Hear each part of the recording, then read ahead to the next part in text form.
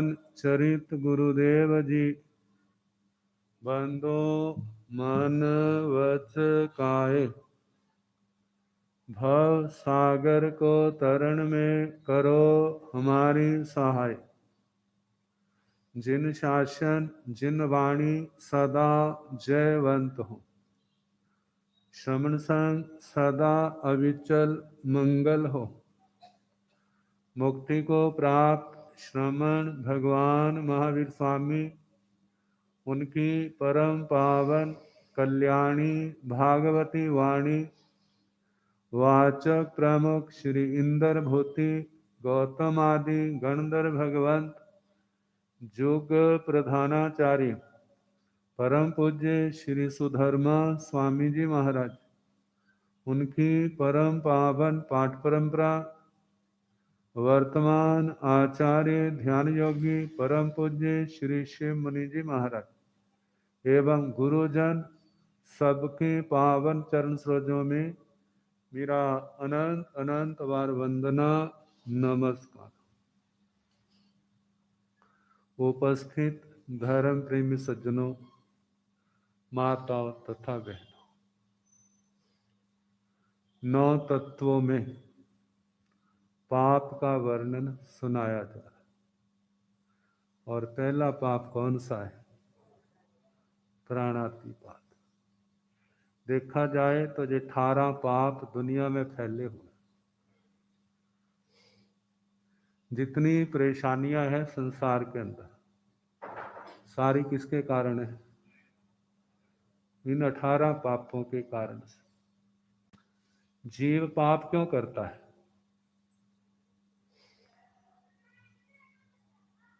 संसार के सुखों के कारण। पुण्य से संसार के सुख मिलते हैं, जिसको प्राणी मात्र चाहता है। सुख भोगते भी हैं, इंद्रियां बस में नहीं रहती। एक शब्द है चस्का लग जाना। चस्का मतलब आदत पड़ जाना। देखो, आप में ऐसे कितने जीत को जो चाय नहीं पीते होंगे? कोई कह सकता हम नहीं पीते? कोई है? भाई बहनों में 2 हाथ खड़े हुए, माँ बेटी का। एक और बहन हाथ खड़ा कर रहे, और भी है चाय नहीं। लेकिन जिनको चाय की आदत है, चाहे कहीं हो, जब चाय का टाइम होगा ना, तो कुछ ना कुछ अंदर हो जाएगा। चाय कड़ी पास में नहीं है, लेकिन फिर कुछ होने लग जाएगा। ऐसे ही जितने दुनिया के नशे हैं, आदत पड़ जाती। ऐसे सुख भोगने की आदत, देखा जाए तो सारे दुखों की जड़ क्या है? जो सुखों के प्रति, भौतिक सुखों के प्रति आसक्ति, आदतें डाली हुई। भगवान कहते हैं यदि आप शांति चाहते हो ना, तो इन आदतों को सुधारें।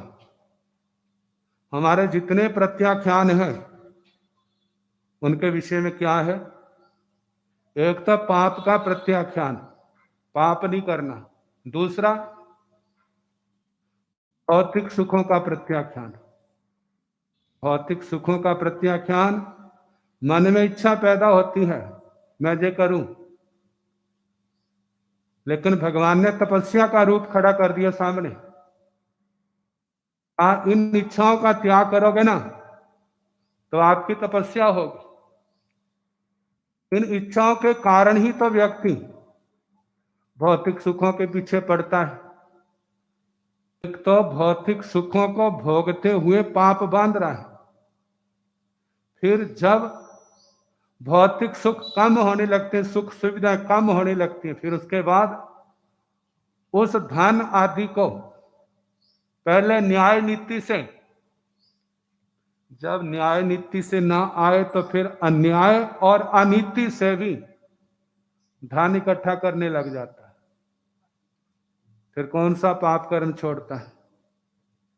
फिर तो कहते हैं ये तो काम होना ही है, किसी और ने ना किया मैंने कर लिया तो होना ही है। ऐसे अपना करके उचित अनुचित हर कोई काम करने लग जाते, करते जाओ, लेकिन पुण्य का घड़ा खत्म हो रहा है और पाप का घड़ा दिन प्रतिदिन बढ़ता जा रहा है। जब वह घड़ा भर जाएगा फिर उसके बाद क्या होगा बताने की जरूरत है, वह घड़ा डूब जाएगा।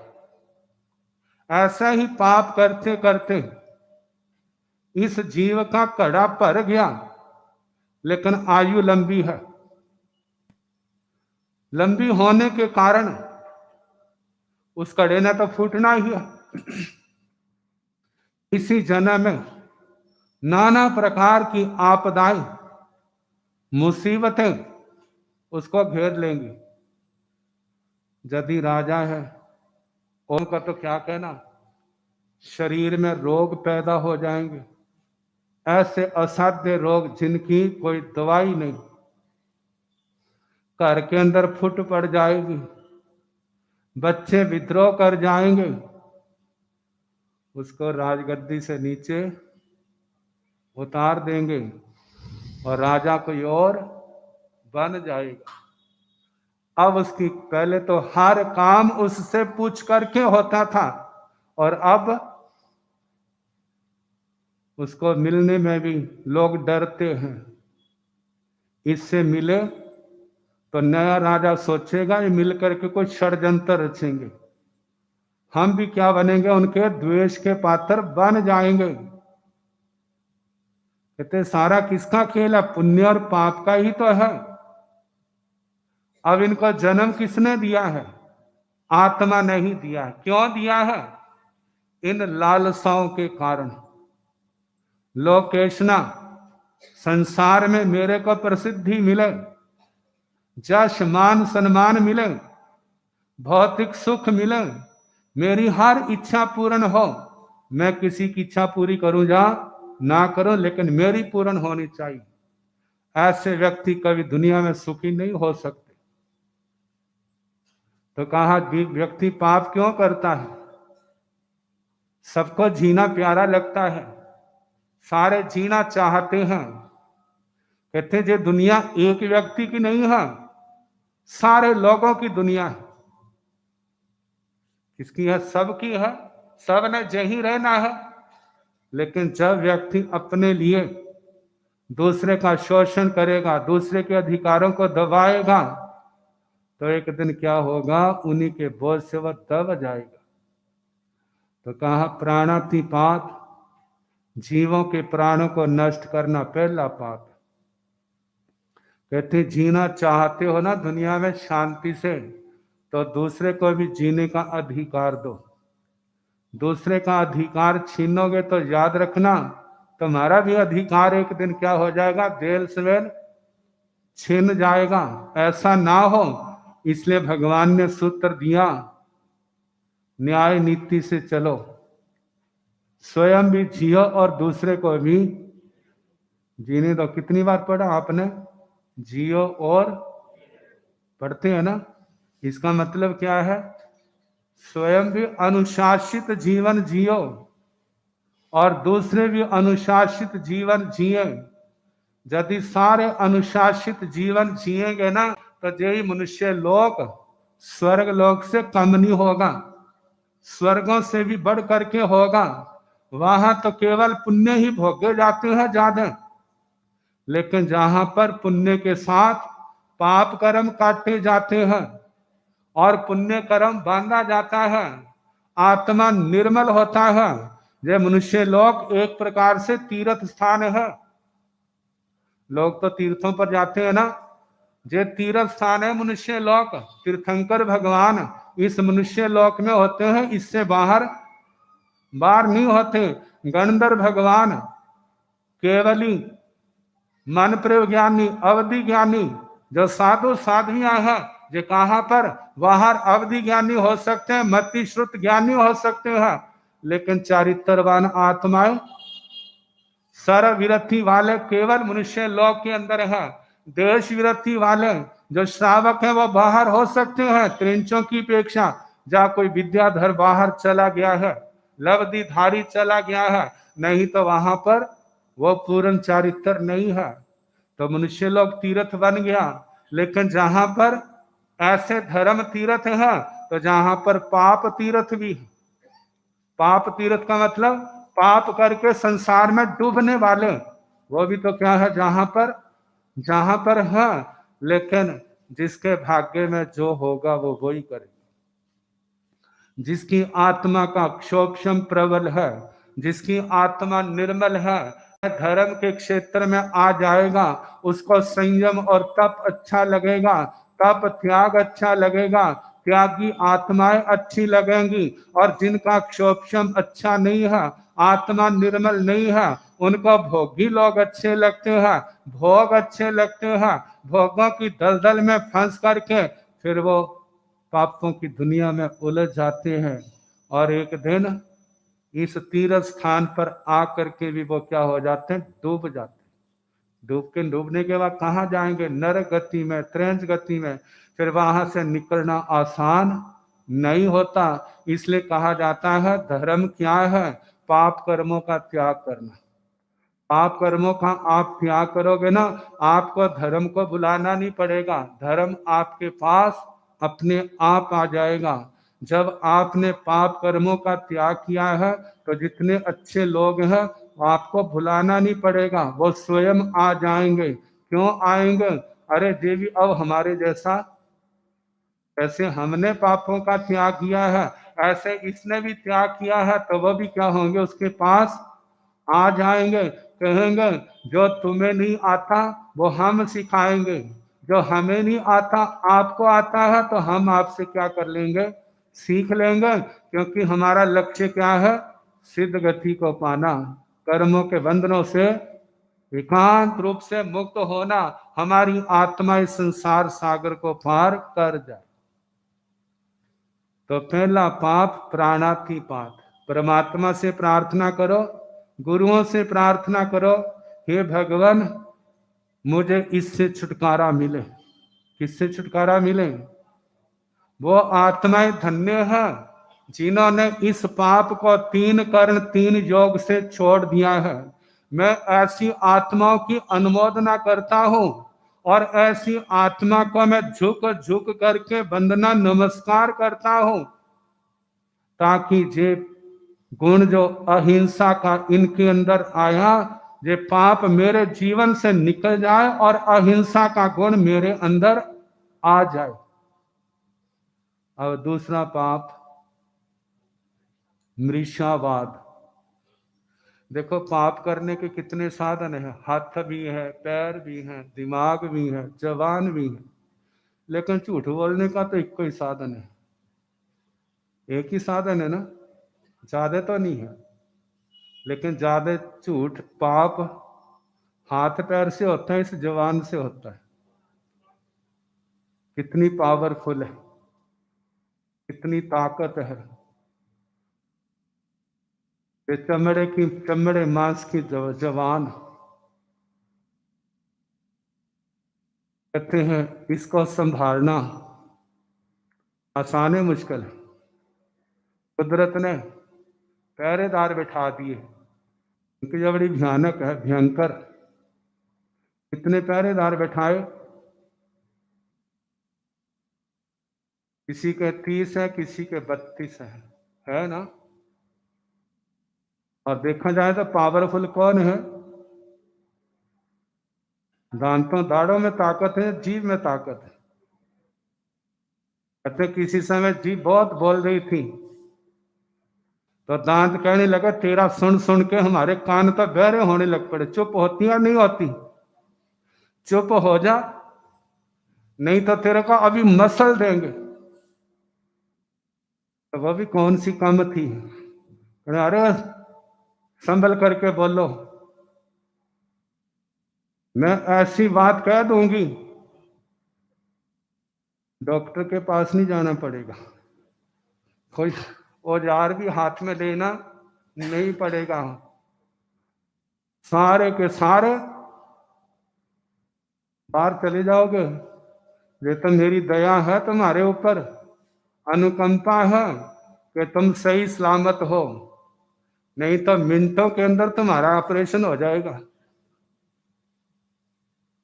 गुरुजी महाराज कहा करते थे, कहते कुदरत ने आपको काम करने के लिए दो हाथ दिए, चलने के लिए दो पैर दिए, टांगे दिए, आपको दो सुनने के लिए कान दो दिए, देखने के लिए आंखें दो दी, नासिका के दो द्वार हैं, दांत और रोटी चबाने के लिए 32 नहीं तो 30 तो दांत दाढ़े सारे मिलकर के हैं। कितना कुछ आपको मिला है, लेकिन कुदरत ने जवान कितनी दी, वो भी दो दे देते तो क्या था। कहते एक ही बारी नहीं आती, यदि दो आती तो ये दुनिया रोज महाभारत बना रहता, कौन क्या कह रहा कोई विश्वास नहीं होता। कहते दुनिया में उसकी कीमत है जिसकी एक जवान है, जिसकी एक जवान है, जो सुबह थी वही दोपहर है, वही शाम है, जो आज है वही कल है, वो परसों है, 10 साल पहले थी, आगे एक जवान, जो है सो है, जो नहीं है सो नहीं, उनकी कीमत है। और जिसकी जवान सुबह कुछ और था, दोपहर को कुछ और हो गया, शाम को कुछ और हो गया, और किसी ने टोका तो फिर कोई और हो गया, फिर कौन हो गया, फिर एकदम आप से बाहर हो गए। तो कहा ऐसे व्यक्तियों की कोई कीमत नहीं होती। तो कहा जी जवान, इसको बड़ी संभालने की जरूरत है। इस जवान के द्वारा पाप भी होता है, इस जवान के द्वारा पुण्य भी होता है, और इस जवान के द्वारा पाप कर्म काटे भी जाते हैं। यदि भाषा में असंयम है, अविवेक है, तो पाप कर्म का बंद हो रहा है। और यदि हम इस वाणी से मीठा सत्य बोलते हैं, मीठा बोलते हैं, भला बोलते हैं, तो पुण्य कर रहे हैं। और जिस समय नपी तुली भाषा में भाषा समिति पूर्वक बोलते हैं, धर्म की बातें करते हैं, महापुरुषों का जीवन गाथा गाते हैं, उसको सुनाते हैं, भगवान का नाम लेते हैं, स्तवन स्तोत्र पढ़ते हैं, तो इस जवान से क्या हो रहा है, आत्मा पाप कर्मों को काट रही। कहते जो जवान है, इसका हम सदुपयोग करें तो लाभ ही लाभ, और दुरुपयोग करें तो नुकसान ही नुकसान है। कहते जो जवान कोई अभिशाप नहीं है, अज्ञानता के कारण संसार के लोगों ने इसको अभिशाप बनाया है। ये तो एक वरदान रूप है, ये एक पुण्य का रूप है, बड़े सौभाग्य से मिली है। जरा देखना जिनकी जवान अच्छी तरह चलती नहीं, उनकी क्या दशा होती। और जब तक हमारी जवान चलती है तो हमें इसकी कीमत का पता नहीं। जिस समय जवान चलनी बंद हो जाएगी तो फिर पता चलेगा कि जवान क्या चीज है। इस जवान के द्वारा कितना पुण्य बांध सकते हैं, कितना धर्म कर सकते हैं, कितने जख्मों पर मल्लम लगा सकते हैं। कहते हैं और कुछ नहीं आपके पास है, केवल प्यार भरे दो शब्द कह दो, उससे क्या हो जाएगा, दूसरे को शांति मिल जाएगी। और यदि जले कटे शब्द कहे तो फिर क्या होगा, सारा काम बिगड़ जाएगा। तो कहते जो जवान से क्या काम होता है, बोलने का, एक संवाद का और एक बोलने का, तो दोनों पर कंट्रोल रखना है। तो दूसरा पाप है मृषावाद। मृषा मतलब झूठ, जो जैसा नहीं है वैसा बोलना, असत्य जो सत्य नहीं है, ऐसे वचन नहीं बोलना जो झूठे वचन है। दूसरी बात, चाहे सच हो लेकिन कड़वा है, तीखा है, रुखा है, कलेश पैदा करने वाला है, ऐसे स्थान पर भगवान ने मौन रखने की सलाह दी। तो इस जवान के पाप से बचना, इसमें क्या क्या और होता है फिर जैसे समय होगा सुना।